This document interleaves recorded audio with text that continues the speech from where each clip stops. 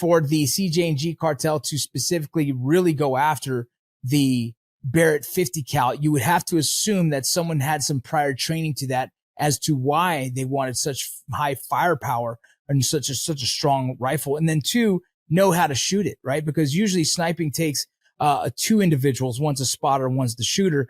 And that spotter is usually the one person who really knows how to kind of identify windage and distance and temperatures and, you know, hot barrel, cold barrel, all the different things that comes from being an accurate sniper.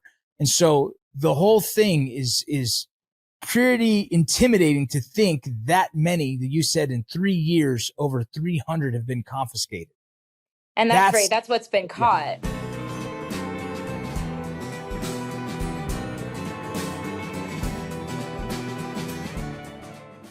One of your contacts was telling you how these rifles are going to the CJNG Delta Hit Squad.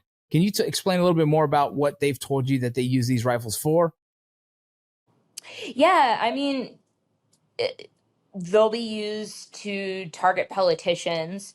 And that's a big thing in Mexico, right? Like the firepower is what has allowed Mexican cartels to have so much control, right? Because they have these weapons and, you know, they come to threaten you like, I'm going to kill you, or you do what I say, you know, what would you do?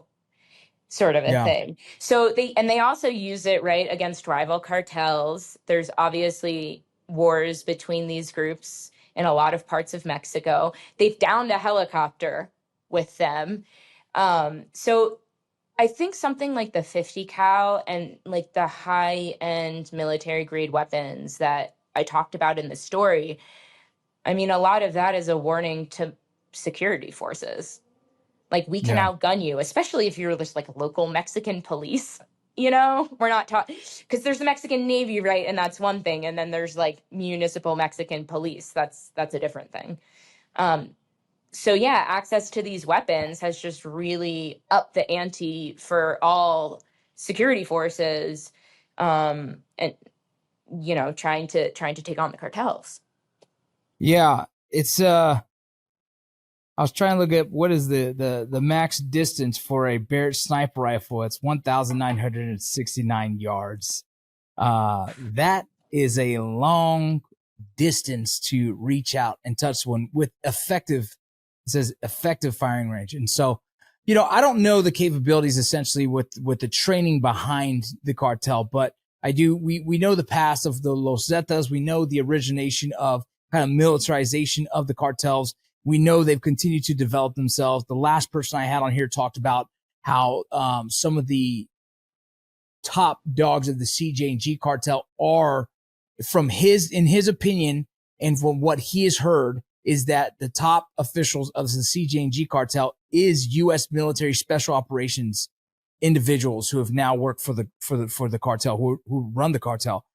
We haven't confirmed that on our end, but it is very interesting because for the CJNG cartel to specifically really go after the Barrett 50 cal, you would have to assume that someone had some prior training to that as to why they wanted such high firepower and such a strong rifle. And then two, know how to shoot it, right? Because usually sniping takes two individuals. One's a spotter, one's the shooter. And that spotter is usually the one person who really knows how to kind of identify windage and distance and temperatures and, you know, hot barrel, cold barrel, all the different things that comes from being an accurate sniper. And so the whole thing is pretty intimidating to think that many, that you said in 3 years, over 300 have been confiscated. And that's right. That's what's been caught. And that's their kind of baby, right? So imagine how many of these guys have. And I think, I mean, there's a few things here, right? CJNG in particular, went really hard in on the aesthetics. Like when you look at, that's another thing about the 50 cal. I mean, even if you're not really using it that much, because they're not, like you said, this is a very hardcore gun that you're not just like going to casually be using to like take over, you know, a swath of territory. Like they have tons of AKs and other things for that. So there's also a value add in just appearing in a YouTube video, camo, bulletproof vests, because they're also sourcing like Kevlar from the United Yeah. States as well, right? And so having 50 cals, and in my story we have a photo because it appeared in a YouTube video. I mean, they want to advertise that they have these things, and that's a message to rivals, politicians, security forces in the United States as well as in Mexico, other criminal groups, of essentially like, this is our arsenal, like, Yeah. try us. And so, you know, it even in just aesthetics alone, it's Yeah. it's quite a bit. And I mean, No, as far as training, I can't speak to what you said about, you know, US military individuals. I mean, what I can say is that the drug war has been going on since 2006. And so, I mean, the cartels are engaged in, you know, this war, and so they've been training all of them, and they have their yeah. different cartels have different modes of training. And, you know, as you mentioned, the Zetas was a pretty aggressive military training model. But, you know, every time these cartels atomize, you know, they not only need, you know, trained snipers and people who know how to use Barrett 50 cals, they need engineers, they need, you know, chemists. Like, these are very well built out organizations that try and source the best people that they can get, who are already trained and that can train others in the cartel. Yeah. And you know, I will say, over the course of this reporting, it didn't really fit into the story, but I had been passed some pictures from a raid on a house in Guadalajara that was CJNG, from a Mexican federal police raid. And in one of it, they had some rules on the wall that was like, it was like, you have to work out every day. Like, you're not allowed to take drugs. And if you're going to smoke weed, it has to only be like at night and with the permission of like your mentor. I mean, it was a pretty like, Yeah. I'd love to see that. I'd love to see that. it was like, keep your room clean. Like, it was Yeah. truly, Very militaristic, kind of interesting. It's like very high standards for what they do. You know, being a part of the regiment, we had these rules, we had these standing orders, we had these things to follow. And it sounds like they're trying to do a very similar thing of having a very regimented group that has respect for the organization, which, you know, we're noticing that the militarization of the cartels, obviously, it's been very obvious through the social media and everything else that the CJNG does, but never heard that before. And that's very interesting. I mean, yeah, you know, obviously that's like a specific unit. I don't think they have these rules like writ large across the cartels, but, you Yeah.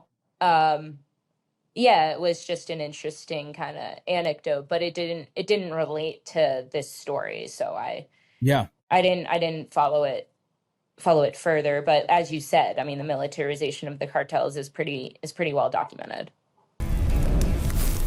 Ladies and gentlemen, you've heard me talk about Firecracker Farm and their hot salt. You probably heard other people talk about it as well. If you haven't tried it yet, let me just tell you, you're missing out on some serious flavor. Their hot salt is delicious, and it really makes pretty much anything that you put it on even more delicious. It's hot, but when you use it in moderation, it's not too hot, and the flavor that it adds enhances without overpowering. It is handmade, super premium, and comes in awesome stainless steel push-button grinders like the one I have in my hand right here. You can take them anywhere. Hot sauce, if you've had this experience, can very easily overpower other flavors and always runs out quickly when it's good. Hot salt lasts and lasts.